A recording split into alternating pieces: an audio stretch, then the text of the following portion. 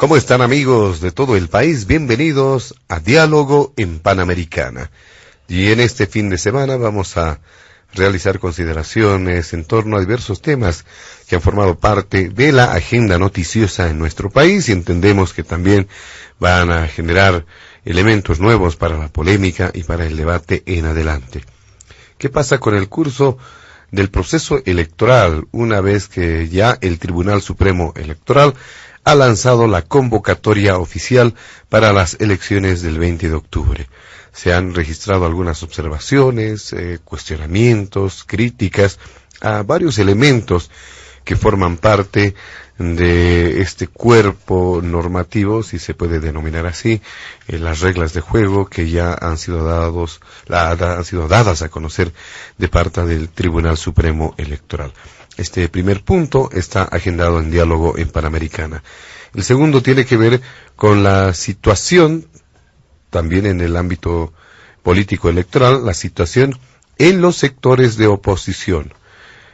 Más allá de lo que se ha mencionado, se dijo que el movimiento al socialismo tiene clara la figura, está marchando en función de sus cálculos, en función de lo planificado, de manera organizada, pero es distinto el escenario en la oposición porque además se ha cuestionado la imposibilidad de que hayan logrado algún mecanismo de unidad. ¿Qué va a pasar en los sectores de oposición? También es un tema que está planteado en la agenda de Diálogo en Panamericana. Y finalmente, hacer referencia al rol del expresidente de nuestro país, don Eduardo Rodríguez Belcé, el agente boliviano ante la Corte Internacional de Justicia, y su postulación, la postulación fallida que ha tenido ante la Comisión Interamericana de Derechos Humanos. Habrá que evaluar cuáles han sido las circunstancias, las condiciones en las que se produjo su postulación y posteriormente él mismo ha retirado esta postulación, se ha retirado esta postulación. Damos la bienvenida también a don Fabián Jaxi, que ¿cómo está don Fabián? Sin duda un tema que va a continuar en debate. Queremos conocer criterios suyos en torno a al curso de este proceso electoral. También podremos incluir otro elemento, don Fabián, tomando en cuenta, me imagino que también nuestros invitados van a abordar más adelante, y tiene que ver con la redistribución de recursos, pues el movimiento al socialismo saldrá, dice, como el mayor beneficiario de esto. Bienvenido, don Fabián. Gracias, muy buenas tardes a bolivianos, a bolivianas que nos escuchan a través de este prestigioso medio que llega evidentemente a todo el país. Un gusto, Óscar, José Luis, nuestros anfitriones, y por supuesto un saludo a Jorge y a Carlos. Un gusto poder debatir estos temas. Yo empezaría con algo que ya está calando en la ciudadanía muy a fondo, que tiene que ver con el fraude. Este es un tema que este órgano electoral debe ser uno de los más débiles, frágiles, subordinados que hemos tenido a lo largo de la historia democrática, con una debilidad institucional gigantesca. No sé cuántos funcionarios supuestamente técnicos han renunciado, han salido del órgano electoral, nadie sabe qué está pasando ahí adentro. Y claro, cuando uno ve el reglamento, que dicen, y esto no me consta, que dicen que lo habría hecho un consultor externo, y ese consultor externo es don José Luis Exeni, ex miembro del órgano electoral. Hasta esa cosa es medio rara, ¿no? En algún momento le aclarará pues estas deficiencias. Pero como está el reglamento, realmente muestra penosa intencionalidad política de situarse donde la ciudadanía ya ha establecido la absoluta falta de imparcialidad de este órgano electoral. Vamos a tener un árbitro absolutamente parcializado con el partido de gobierno, como nunca ha sucedido. Es decir, este debe ser el órgano electoral, además de la banda de los cuatro de la época neoliberal, uno de los más nefastos componentes del órgano. Pero no solamente es el Tribunal Supremo Electoral, la máxima instancia nacional, es de terror los tribunales electorales departamentales, que es donde se hace el primer cómputo, que se hace el primer proceso, que es ahí donde hay que tener mucho más cuidado. Y partimos del tema de fraude, porque ya todo esto ha empezado con un penoso fraude procesal. Estamos partiendo ya de todo lo que se ha violado para llegar a esta convocatoria, este fraude procesal que lo comenzó el Tribunal Constitucional Plurinacional, la iniciativa del Movimiento al Socialismo, para forzar la reelección indefinida, una figura que la hemos vetado los bolivianos, contra la que hemos votado en el referéndum del 2009 al momento de la Constitución, fraude procesal que lo ha continuado el órgano electoral, porque ha avalado. El órgano electoral es la máxima autoridad en materia electoral, por tanto, un órgano electoral imparcial debió haber hecho respetar los resultados del referéndum del 21F. No fue así, se ha subordinado a la iniciativa que tomó el MAS. Este fraude procesal está continuando, y claro, la sensación de la ciudadanía de contar con un árbitro que no nos garantiza absolutamente nada justificaría estas demandas de renuncia de estos tribunos. Está claro que no van a renunciar, porque estos plazos que les han dado algunos comités, algunas agrupaciones ciudadanas, tienen sustento, tienen fundamento. No creemos en este árbitro, lo lógico era cambiarlo. No va a suceder eso.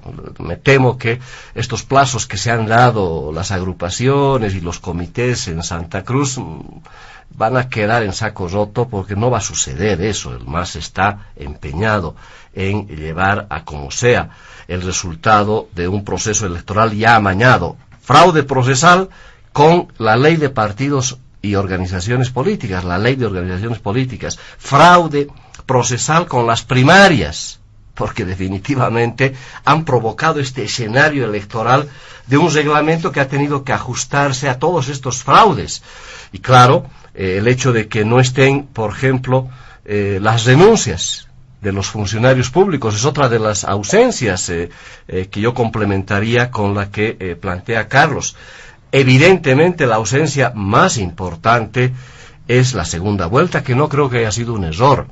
Yo reitero, revisando no solamente el calendario del 2014, sino del 2009, cuando ya con la nueva Constitución fuimos a un proceso electoral nacional, ya la convocatoria del 2009 incorporaba las renuncias de los servidores públicos y la segunda vuelta, ya aplicando esta modalidad de segunda vuelta que está establecida en la Constitución. Por tanto, evidentemente el hecho de que el órgano electoral no prevea la segunda vuelta ya es pues grave, ya es otro fraude procesal, porque que el órgano electoral le diga a la gente es probable que no haya segunda vuelta. Eso es lo que nos están queriendo decir desde el árbitro. Ellos no tienen por qué meterse en este tema. Lo que correspondía, por un órgano electoral serio, es haber incorporado en el calendario la segunda vuelta con todo lo que eso implicaba. Obviamente, al no incorporarlo, dan esta señal al votante, al ciudadano: bueno, entonces no va a haber segunda vuelta. Eso quiere decir que no sé para qué estamos haciendo la elección del 20 de octubre si está claro ya que va a haber un ganador. Esa es la sensación que está dejando esta convocatoria. Me preocupa el padrón electoral. Dice que vamos a llegar a 7 millones, ¿no? Espero que no estar viendo ahí venezolanos, chinos, no sé, ¿no? Puede dar cualquier cosa, hay que tener mucho cuidado. Me sorprendió la cantidad de gente que se ha empezado a inscribir colas ya inmediatamente, ¿no? Cuidado que también se esté montando ahí un padrón muy complicado que no nos garantice tampoco nada. En el tema del financiamiento está claro que era una necesidad, pero como se ha hecho tan a las talondras la ley de partidos y organizaciones políticas, que han introducido una modalidad de financiamiento muy necesaria en cualquier parte del mundo de organizaciones políticas que van a terciar. Pero claro, da la casualidad que en esta oportunidad el gran beneficiario de esto sin duda es el movimiento al socialismo de este dinero. Son 7 millones de dólares, algo más de 35 millones de bolivianos que se van a repartir, más de 11 le tocará al MAS, unos 5 parece al partido dice no, esta candidatura de Ortiz, y 2 millones el resto de los partidos. Sin duda hay ahí un elemento de beneficio ya para el partido de gobierno. No es casual que el MAS también esta vez aceptó, porque es el MAS el que auspició el hecho de que no haya ningún tipo de financiamiento. Recordemos que cuando había financiamiento se dijo, no, esto que vaya para las personas con discapacidad, y finalmente ni siquiera las personas con discapacidad se han beneficiado con eso, pero bueno, ahora estuvo de acuerdo el MAS, claro, porque le va a caer unos 11 milloncitos de bolivianos, que va a engordar ya estas fuentes de financiamiento privilegiadas que tiene el movimiento al socialismo. Finalmente, tenemos un árbitro con absoluta falta de fiscalización de nada. O sea, este es un órgano electoral que no tiene la voluntad, la fuerza política, ni lo va a hacer, no tiene ningún nivel de fiscalizar a los actores electorales, porque esta es la máxima autoridad electoral para fiscalizar a candidatos, para fiscalizar a los partidos políticos, y claro, en todo este tiempo, este órgano electoral nos ha mostrado absoluta incompetencia para ello, y esto es muy grave, porque más allá de estas trampitas de que no han incorporado, como dice evidentemente Chali, de que no se ha incorporado estas sanciones por el uso abusivo de recursos públicos, que es terrible, porque ahora va a ser rienda suelta, siempre lo ha sido, o sea, inclusive si hubiera esa, como existe esa sanción ya en la ley electoral, igual el movimiento al socialismo se acostumbró nomás a usar y abusar de los recursos públicos, pero esa va a ser la gran fragilidad también. Vamos a tener un árbitro prácticamente que va a mirar de palco lo que hagan o deshagan los partidos políticos y, lógicamente, los candidatos. Es un tema fundamental. Dicho todo esto, ¿qué le queda a la ciudadanía? Es decir, esta sensación de orfandad, y lo hemos visto dramáticamente en la vulneración de derechos políticos. Es increíble, el día jueves, después de 4 años, tomaron posesión 2 asambleístas en la asamblea que fueron elegidos juntamente con nuestro concejal acá presente. Fueron elegidos hace 4 años, asambleístas departamentales. Después de 4 años, recién lograron posesionarse como autoridades electas. Se les ha violado los derechos políticos. Si algún derecho político se ha violado, evidentemente es con esta gente. Esa es la debilidad de un órgano electoral que no ha podido imponer la acreditación de quienes han sido electos. Por tanto, estamos ante un escenario de un órgano electoral que no puede hacer cumplir el resultado de las elecciones. El referéndum del 21F no lo ha hecho respetar, y por supuesto no ejerce su rol de fiscalización. Por tanto, hay una sensación de que estas elecciones, para que tengan algún resultado, va a tener que haber un involucramiento ciudadano muy fuerte. Es decir, frente a esta situación de fraude, de torcer los resultados del 20 de octubre, no le queda otra a la ciudadanía que salir en defensa del voto. Y aquí una consigna puntual tendrá que ser cómo logramos que el 20 de octubre la ciudadanía, desde ahora, empezar a controlar el padrón, desde ahora empezar a controlar todo este proceso, defender nuestro voto el 20 de octubre y impulsar una suerte de plebiscito para decirle una vez más que no queremos la reelección indefinida. Creo que esto se resumiría: defensa del voto, no a la reelección indefinida, que es lo que va a tener que hacer ahora la ciudadanía frente a la ausencia, yo diría. Tenemos un árbitro ausente, que definitivamente está claro que no va a garantizar absolutamente nada el 20 de octubre. Lo vamos a tener que hacer los ciudadanos, volcados a controlar todo lo que se haga a partir de hoy día, y especialmente en el día de la votación.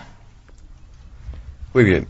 Para ir cerrando este primer punto, don Fabián Jaksic, es necesario también destacar lo que se ha mencionado hasta el momento y quizá incorporar otros aspectos, como el que, por ejemplo, podría presentarse en el transcurso de esta etapa hasta las elecciones del 20 de octubre.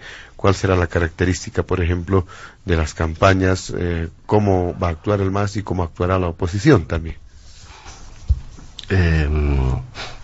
Yo quiero precisar y a Jorge aclararle de que no es especulación el hecho de que no esté la segunda vuelta contemplada en el calendario electoral. Jorge, por lo menos tienes que reconocer que, por lo menos podrías decir, ha hecho un error, una torpeza del órgano electoral. Elecciones 2009, el calendario contemplaba renuncias de los funcionarios públicos, hoy día no lo contempla.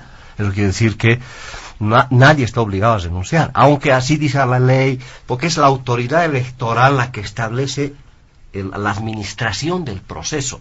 En las elecciones 2009, en las elecciones 2014, el calendario contemplaba renuncias y contemplaba la segunda vuelta. Esto es más allá de una torpeza, es una intencionalidad política, y esto es muy grave. para esta terrible ausencia. Eso quiere decir, cuando uno mira el calendario electoral de los administradores de este proceso, no va a haber segunda vuelta. Ese es el mensaje que quieren dar. Por tanto, o lo corrigen, o que hagan un ajuste inmediatamente y que nos digan, pues, que sí está contemplado aquello. Definitivamente no es especulación, Jorge, porque lo han sacado del reglamento, y habrá que ver quiénes somos los responsables de semejante torpeza. Lo del padrón electoral ha sido siempre una preocupación con este órgano electoral y con algunos otros más, ¿no? Creo que es un tema que sigue siendo un hueco negro que no lo hemos logrado resolver, ¿no? Yo no estoy cuestionando de que podemos estar bordeando los 7 millones por el crecimiento vegetativo. Sin duda, cada año más o menos suman jóvenes, que es lógico, pues 100.000, 150.000 jóvenes mayores de 18 años cada año aumenta, pues es obvio, ¿no? Mi única preocupación es que si este órgano electoral ha sido tan incompetente en manejar los libros de los militantes, donde ciudadanos X aparecieron como militantes de un partido Y sin jamás haberse inscrito, las barbaridades que se han hecho con eso, con ese mecanismo donde hasta el día de hoy no se establece ninguna responsabilidad hacia los partidos políticos, ese rol del órgano electoral que decía de fiscalización es penoso porque no ha habido ninguna acción concreta, puntual de fiscalización. Por tanto, el padrón electoral nos tiene que preocupar siempre a todos en un proceso electoral de esta naturaleza, y creo que es algo que lamentablemente va a seguir siendo un misterio, pese a supuestamente auditorías que se habían hecho, que no las conocemos hasta el día de hoy, que tenían que hacerse, que la OEA las hizo. Bueno, la OEA es un organismo también medio extraño cuando hace sus cosas, porque nunca se informan qué es lo que pasó con aquello. Ojalá que tengamos un padrón electoral y no tengamos sorpresas, ¿no?, de muertos, de jóvenes menores de 18 años o alguna otra situación medio rara. Por todo esto, obviamente, yo insisto en que lamentablemente no tenemos un árbitro que nos garantice los resultados del 20 de octubre. Por tanto, lo tenemos que hacer los bolivianos. Ante estas insuficiencias, debilidades, incongruencias, absolutamente un árbitro incompetente, obviamente tenemos que los ciudadanos ponernos las pilas y precautelar nuestro voto. Quienes creemos de que la mejor manera de resolver el futuro del país y de resolver las controversias políticas es la vía democrática. Yo sí creo en las elecciones, yo confío en que el 20 de octubre el único instrumento que tiene ese ciudadano que no es militante de nada, que no tiene un sindicato que lo defienda, que es un ciudadano de a pie, el único instrumento que hoy día tiene es en las urnas. Es la única arma democrática legítima que tiene el ciudadano, y yo confío que el 20 de octubre se va a volcar, pero también para darle una señal muy clara a quienes han torcido la ley, a quienes han hecho fraude procesal para habilitarse como candidatos. Y esto lo tenemos que repetir. Evo Morales y Álvaro García Linera están inconstitucionalmente habilitados.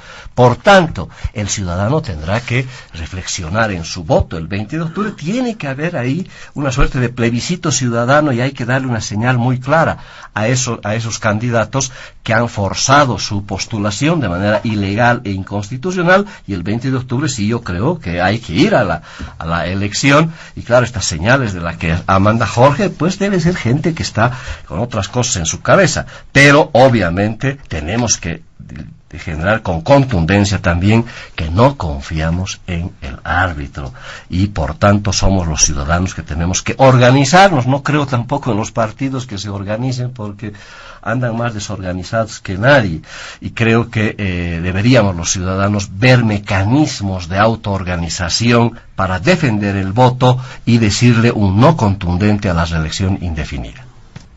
Muy bien. Don Fabián, ya sé que al hacer un análisis sobre el rol que está cumpliendo la oposición, ¿estará primando más el interés personal de los candidatos de oposición antes de buscar una unidad? Bueno, son 4 meses y 19 días, como hoy, que faltan para las elecciones. Ya el tiempo es cada vez más corto. Bueno, el tema de la unidad yo creo que es un falso debate, siempre lo ha sido un falso debate. Eso ya no se resolvió el año pasado, porque el movimiento al socialismo ha llevado a la oposición a la improvisación. con las primarias. Los ha obligado a hacer cualquier cosa para inscribirse. Y claro, no, ahí se nota obviamente la fragilidad en la oposición, cómo están enfrentando este proceso. Empiezo con Bolivia dice no, que le han puesto el nombre de Bolivia dice no, creyendo que con eso se van a sintonizar con el referéndum del 21F. Yo creo que es un error. Pero ellos parten y salen de un frente fracasado con Unidad Nacional. Recordemos que a pocas horas de Unidad Nacional se enoja, se va, lleva los ceniceros, lleva su billetera y los deja colgados sin la plata a la gente de los demócratas. Pero los demócratas deciden seguir adelante y claro, se improvisa también esta posibilidad y eligen una candidatura que no es de sus más claros dirigentes que siempre han dado la cara o que tienen cierta popularidad.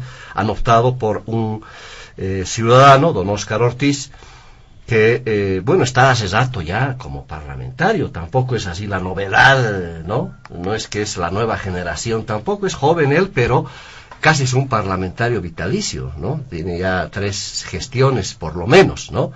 Pero bueno, han optado por y construir, yo creo que ahí está, los demócratas están más que pensar en las elecciones, yo creo que los demócratas están pensando en cómo se vuelven un partido nacional. Y ahí están ensayando. Estas elecciones para los demócratas es distinta a la dinámica que los otros partidos están pensando. Por tanto, si hoy día fueran las elecciones y de acuerdo a las encuestas, es posible encarar la segunda vuelta. Así como están las cosas. Todavía parecería ser que hay un sentimiento ciudadano de que el prestigio de don Carlos Mesa ha posicionado como una opción, aparentemente, porque no veo una estrategia electoral muy clara de don Carlos Mesa. Parece que la estrategia es Carlos Mesa, nada más. O sea, es la figura, porque él empezó ya el año pasado con una impronta interesante, una expectativa enorme. Empezó con 38, casi 40%. Yo creo que sigue siendo nomás ese sentimiento, pero es muy frágil. No es suficiente para garantizar la segunda vuelta. Entonces, el desafío más importante, ya lo de la unidad pasó, eso ya no es un tema que debería preocuparnos, pero lo que sí nos debería preocupar es que si estos candidatos que se han presentado, como se han presentado, forzados, atropellados por un calendario que el MAS ha impuesto hábilmente, porque una vez más, como tiene el control de todo el aparato legislativo y electoral, ha provocado un escenario electoral a su imagen y semejanza, es decir, ¿no? ha hecho todo para que ponerle las trabas, las dificultades a toda la candidatura de la oposición. Pero aquí la gran pregunta es, ¿le interesa a la oposición forzar la segunda vuelta? Porque me queda claro, a 4 meses no va a ganar la oposición, no tiene condiciones de ganar en primera vuelta. Yo lo veo misión imposible.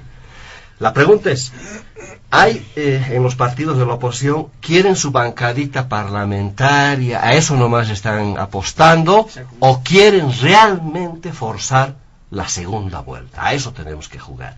Y eso requiere algunos ajustes en la estrategia de campaña, especialmente de aquel candidato que se supone que en las encuestas le está dando la posibilidad de disputar la presidencia. Todavía a 4 meses y 20 días hay un candidato al menos que estaría peleando la presidencia. El resto de los candidatos, si fuera así el escenario, si se mantiene esto, como dicen las encuestas, no está subiendo don Carlos Mesa.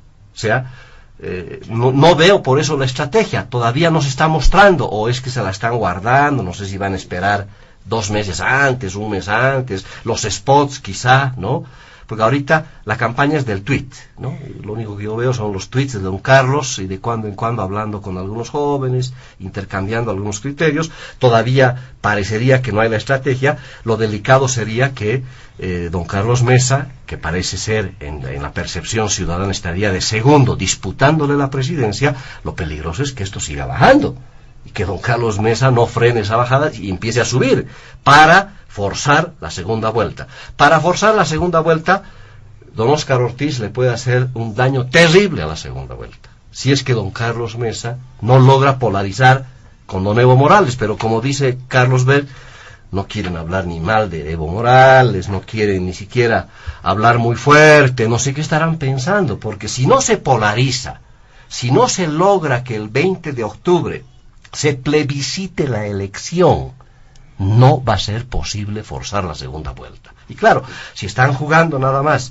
a tener una bancadita electoral, don Óscar Ortiz apuntará a desportillarlo lo más que se pueda a don Carlos Mesa en la peregrina idea de que puede crecer. Yo creo que don Óscar Ortiz ya ha llegado a su techo. No creo que los demócratas tengan condiciones de ir más allá de su radio de influencia regional. Es nomás un partido regional. Estas elecciones les va a permitir avanzar un poquito más. Creo que lo de Leyes ha golpeado muy fuerte en su avanzada hacia Cochabamba. Tienen importante presencia en Beni, en Pando, en Santa Cruz, alguito en Chuquisaca, bueno, en Potosí toda la oposición tiene algo porque el antimacismo es fuerte. 90% de los potosinos no lo quieren al MAS. Por tanto, toda la oposición tiene votos en Potosí, porque la bronca con el MAS es muy fuerte en ese departamento, y claro, ahí va a ganar la oposición de lejos. Todos tienen voto, hasta los demócratas tienen voto en Potosí, que es impresionante. Pero bueno, entonces aquí la gran pregunta es, faltando 4 meses y 20 días, si no hay ajustes en la campaña, no se sintonizan con una agenda que hasta ahora no hay, no veo una agenda programática, una agenda que responda a lo que la ciudadanía quiere. ¿Qué le preocupa a la ciudadanía? La corrupción. Está en el primer lugar de preocupación ciudadana. Narcotráfico ligada a la corrupción. Ese es el tema número 1. No veo que haya acciones certeras desde la oposición para atacar ese tema, que es, yo creo, el eslabón más débil de Evo Morales. Si por algún lado se le puede bajar la preferencia ciudadana, es la corruptela de estos últimos 13 años. Ese es un tema que no veo que la oposición se esté sintonizando con la gente. Seguridad ciudadana, delincuencia es otra preocupación, salud y falta de empleo. Aquí hay un problema, Jorge, en todo lo que se ha hecho estos 13 años, como en la época neoliberal. La macroeconomía estaba también mal en la época neoliberal, ahora la macroeconomía está bien, pero la microeconomía está muy mal. La gente percibe que no hay empleo, y ahí hay un problema estructural de este proceso. No se ha cambiado la matriz productiva, no hay industrias, no hay empleo. Bueno, el presidente por lo menos ha sido honesto de que las fábricas que ha hecho el gobierno no tiene dónde venderlas. Por tanto, no están generando empleo, no hay. Ese es un tema, pero de preocupación de la economía, que tenemos que darles respuesta desde esta oposición que quiere disputar en la presidencia. Y disputar en la presidencia es consolidar la segunda vuelta. Es posible hacerlo. Yo confío en que más allá de los partidos, más allá de las estrategias que yo no las veo todavía muy bien enfocadas, yo creo que la ciudadanía, una vez más recurso al voto ciudadano, es el que va a tener que dirimir. Va a tener que darse cuenta que votar por X, por Y y por Z va a inviabilizar la segunda vuelta. Por tanto, tendrá que ser el ciudadano quien asuma con enorme responsabilidad este hecho de la defensa del voto y, por supuesto, el no a la reelección indefinida. La única posibilidad es forzar la segunda vuelta y pensar que la unidad vendrá en la segunda vuelta. Ahí tendrá que verse otro escenario, pero todavía hay que trabajar mucho en materia de estrategia electoral para forzar la segunda vuelta. Muy breve, don Fabián, Sí. ¿solamente se trata de estrategia electoral o cómo puede llegar a polarizarse con posturas similares cuando eso se ha mencionado en la mesa, ¿no es cierto? A la línea del MAS no hay cuestionamientos frontales, adversos. Se quiere seguir la línea, por ejemplo, de la postura de don Carlos Mesa. ¿Cómo polarizar frente a esas posturas? No hay posturas la gente va a encontradas. esperar que definitivamente hayan pronunciamientos certeros de estos candidatos que quieren aspirar a forzar la segunda vuelta. Con el tema de la corrupción, con el tema de seguridad ciudadana, hay que tener mucha claridad, porque esas son las debilidades. Habrá que aumentar justicia, que sí nos interesa a nosotros. A la gente no le interesa. En las encuestas no sale el tema de justicia, no sale el tema de democracia tampoco. Son temas que tendrán que agendarlo, pero me queda claro que si no hay un margen de polarización con algún candidato no va a ser posible forzarlas. Y para polarizar, obviamente tiene que enfrentarse al candidato, este candidato trucho, este candidato ilegal, este candidato inconstitucional, hay que enfrentarlo a él. Y eso está claro que hay que hacerlo. El gobierno no lo va a hacer, ya llegó clara cuál es su estrategia, no va a polemizar, porque no le conviene polarizar con nadie, pero sí le interesaría que crezca algún segundo, algún tercero, precisamente para evitar llegar a la segunda vuelta. Eso sí es posible que el MAS puede estar interesado en hacer, pensar en un tercero, pensar en un cuarto, pero está claro que quien quiere forzar la segunda vuelta, un segundo, tiene que tener márgenes de polarización, y ahí la estrategia tiene que estar muy clara si es que le queremos llegar a segunda vuelta, o si no, que se nos diga queremos nada más una representación parlamentaria, y eso puede ser muy trágico para todo lo que la ciudadanía, la expectativa que se tiene en la ciudadanía de que la democracia está en riesgo, de que el 21F lo tenemos que defender y materializar también el 20 de octubre. Muy bien. Sobre este último punto, don Fabián Jácek. Una precisión muy rapidita. No es cierto, Jorge, que Almagro dijo acá que Evo Morales estaba habilitado legalmente. Lo que dijo para congraciarse con Evo Morales es que sería una discriminación. Pero gracias a Almagro se ha reactivado el 21F, le ha salido el tiro por la culata al gobierno, pese a que lo han mareado al pobre individuo. Y claro, ese trabajo lo ha hecho don Gringo González. Creo que ha hecho un buen trabajo don Gringo González. ¿Cuántos vinitos le habrá costado en Washington para traerlo a este caballero, hacerlo pasear en el Chapare? Y después se ha hecho sacar la mugre en la Argentina, en Chile, y ha tenido que decir nomás que no es derecho humano la reelección indefinida. Por tanto, esa es la posición de Almagro al final. Pero bueno, ese personaje nos ha dejado muchas dudas.